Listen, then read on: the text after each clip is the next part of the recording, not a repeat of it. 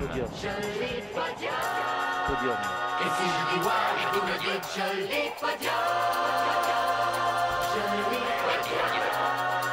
Podium. Et si je dis wow, vous me dites joli podium.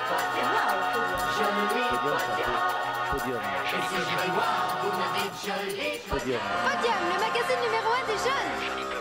Personne n'aura osé s'imaginer que quelqu'un pouvait détrôner cette institution incroyable qui était C'est le copain et Mademoiselle Ashtandre qui était le même groupe, quoi. Il fallait quand même avoir des, j'allais dire un gros mot, du culot pour oser affronter de face ce journal. Au tout début des années 70, Claude François est très agacé. En effet, il vend des millions de disques, mais on ne le voit jamais dans l'unique organe de presse pour jeunes de l'époque, Salut les copains. Il était dans Salut les copains, mais il n'était pas autant qu'une Sylvie, qu'un Johnny. Il était un des chanteurs les plus célèbres de l'époque. C'était plus qu'un chanteur, c'était une usine, c'est EDF, quoi, carrément.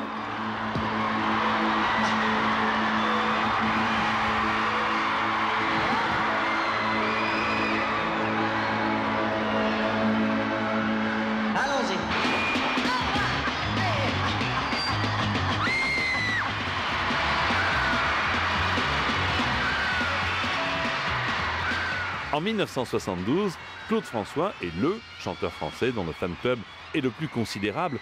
47 000 personnes sont inscrites au club Claude François.